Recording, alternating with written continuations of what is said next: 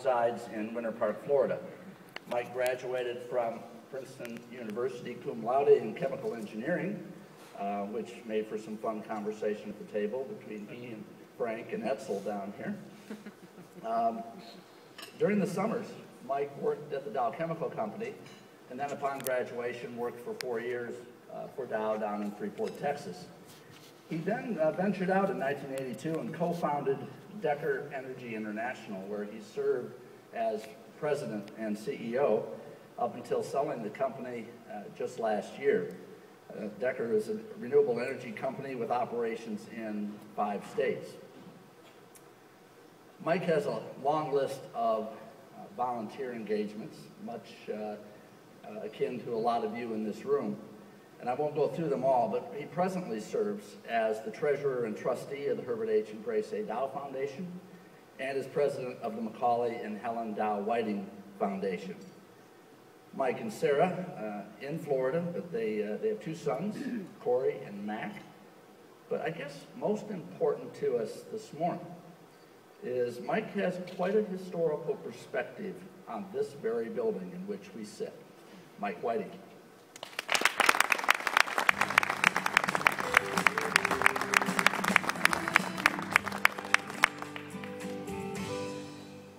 Mike, and good morning to everybody on this snowy morning. I feel a little bad for Mike that he probably had nightmares last night about having the guest speaker be some guy from Florida trying to drive here. But I made it. I did grow up here. I know how to drive in the snow, even if I don't do it very often anymore. But it's a real pleasure to be here for this wonderful event. And momentum is a fitting theme for this center where so many good things are happening. But I probably have a different perspective on the center than anyone else here. I grew up in just across that way behind the library, an area now called the Whiting Forest. And when this building was being built, I was about 12 years old, and it was quite an adventure for us. Initially, I didn't like it too much in that this was the Dow orchard, and apple trees are great for climbing.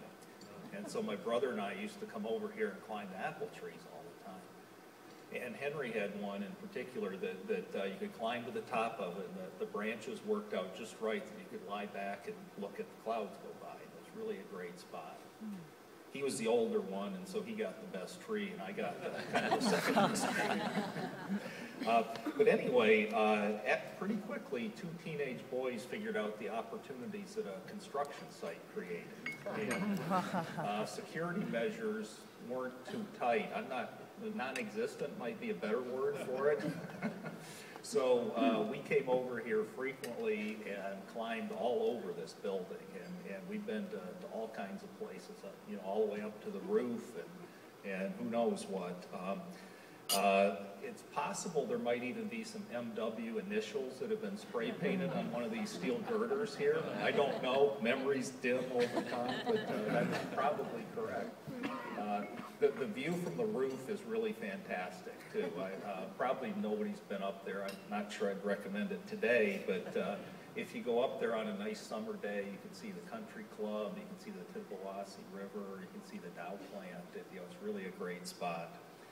But these fond childhood memories were the beginning of a strong love for the center that continues today.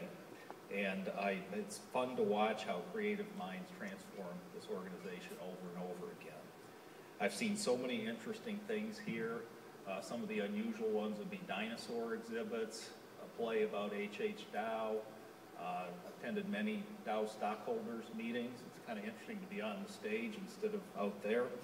I've even sat on motorcycles in here. Didn't run them, but sat on them. So the orchard that Henry and I used to climb in has been transformed into a beautiful arts organization.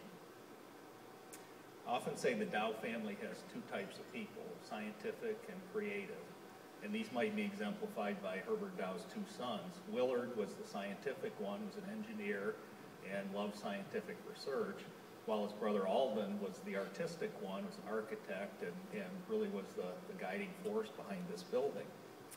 I'm more like my grandfather Willard, and I'm definitely more of a scientist and an engineer, but some of the creative did rub off on me, and I have a good appreciation for the arts. Now, for us scientists, the term momentum is the product of mass times velocity.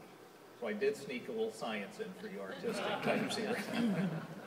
And the momentum of this organization here is a force to be reckoned with. Great influences at work here and keeping it moving forward with purpose. I really appreciate how the emphasis here is on the audience and trying to bring people in from all across the Great Lakes Bay region.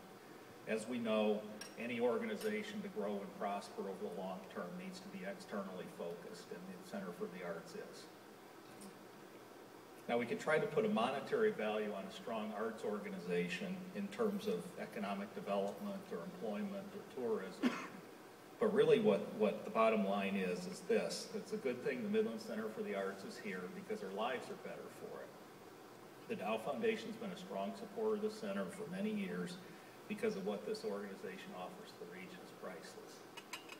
The momentum just keeps building, and whether you're artistic or scientific, that's something we can all appreciate. Thank you very much.